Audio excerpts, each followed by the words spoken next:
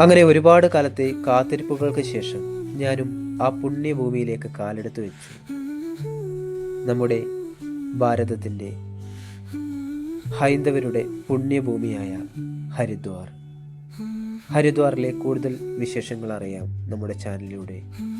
സ്വാഗതം.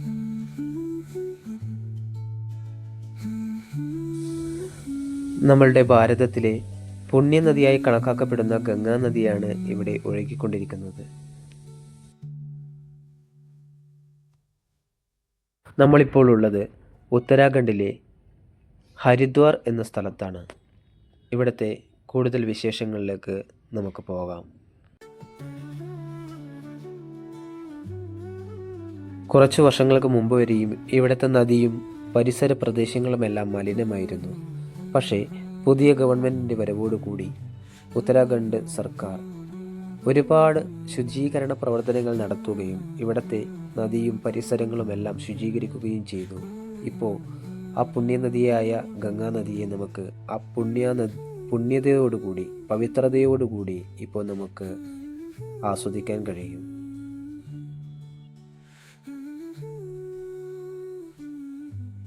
ഞങ്ങളിപ്പോൾ ഹരിദ്വാറിലെ ഗംഗാ നദീ തീരത്തൂടെ അതിൻ്റെ ഭംഗിയൊക്കെ ആസ്വദിച്ച് ബൈക്കിലൂടെ ഇങ്ങനെ കറങ്ങിക്കൊണ്ടിരിക്കുകയാണ് കേട്ടോ.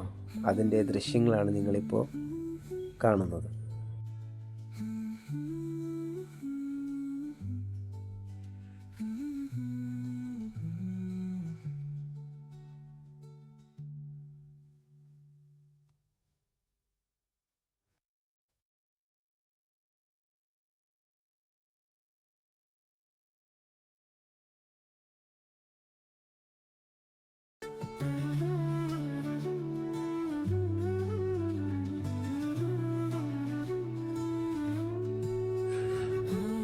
ഞാനിപ്പോൾ ഒരു ഡിസംബർ മാസത്തിലാണ് ഇവിടെ എത്തിയിരിക്കുന്നത്.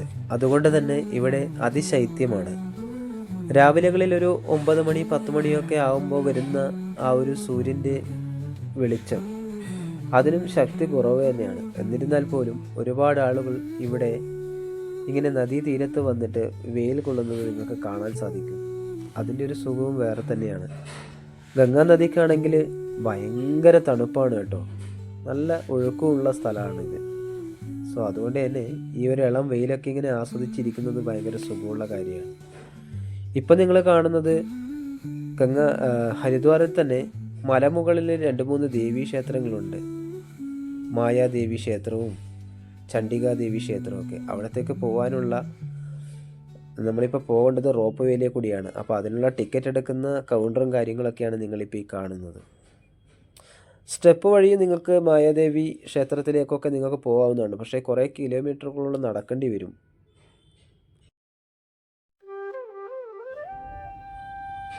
ആ മലമുകളിലുള്ള ദേവി ടെമ്പിൾ കണ്ടില്ലേ, അതാണ് മാനസാദേവി ടെമ്പിൾ. സോ അവിടത്തേക്കുള്ള ടിക്കറ്റും ചണ്ഡീദേവി ടിക്കറ്റും ഒക്കെ ആയിട്ട് ഒരു 4-5 ദേവി ടെമ്പിൾസിലേക്കുള്ള ടിക്കറ്റുകൾ ഒരുമിച്ച് നിങ്ങൾക്ക് നേരത്തെ കണ്ട ആ കൗണ്ടറിൽ നിന്ന് വാങ്ങാവുന്നതാണ്. അതുപോലെ തന്നെ മാനസാദേവി ചണ്ഡീദേവി 2 സ്ഥലത്തേക്ക് മാത്രമുള്ള ടിക്കറ്റും അവിടെ കിട്ടും. അതിന് പ്രത്യേക സമയവും പ്രത്യേക ടിക്കറ്റ് നിരക്കും ഒക്കെയാണ് ഉള്ളത്. സോ കുറച്ച് നേരത്തെ തന്നെ അവിടെ പോയി ടിക്കറ്റ് കളക്ട് ചെയ്യാൻ വേണ്ടി ശ്രദ്ധിക്കണം. എന്നാൽ മാത്രമേ നിങ്ങൾക്ക് എല്ലാ സ്ഥലങ്ങളിലും ദർശനം നടത്താൻ പറ്റുകയുള്ളൂ. ഹരിദ്വാർ നദിക്ക് അടുത്തായി തന്നെ ഒരു വലിയൊരു ശിവൻ്റെ സ്റ്റാച്യു ഉണ്ട്. അതൊരു പാർക്കാണ് ആക്ച്വലി. അവിടെ ചെറിയൊരു സ്റ്റാച്യു ഒക്കെ ആയി പൂജകളും കാര്യങ്ങളൊക്കെ നടത്തുന്ന ചെറിയൊരു ഒരു വിഗ്രഹവും ഒക്കെ അവിടെ സെറ്റ് ചെയ്ത് വെച്ചിരിക്കുന്നുണ്ട്. അവിടെയൊക്കെ നിങ്ങൾക്ക് പോയി എൻജോയ് ചെയ്യാവുന്നതാണ്. പിന്നെ ഒരുപാട് ആശ്രമങ്ങളൊക്കെ ഇവിടെയുണ്ട്. അതുകൊണ്ട് തന്നെ ആശ്രമങ്ങളുടെ അടുത്തായി തന്നെ ഇതേപോലെ കുളിക്കുവാനും സ്വാമിമാർക്കും ഭക്തജനങ്ങൾക്കൊക്കെ കുളിക്കാനുള്ള സൗകര്യങ്ങളൊക്കെ അവിടെയുള്ളവർ സെറ്റ് ചെയ്ത് വെച്ചിട്ടുണ്ട്. അതിമനോഹരവും വൃത്തിയുള്ളതുമായ നദി തന്നെയാണ് ഇപ്പോൾ നമ്മുടെ ഗംഗാ നദി. സോ അതിന് ഇവിടുത്തെ ഗവൺമെൻറ്റിന് ഒരു പ്രത്യേക നന്ദി ഞാൻ അറിയിക്കുകയാണ് ഇവിടെ.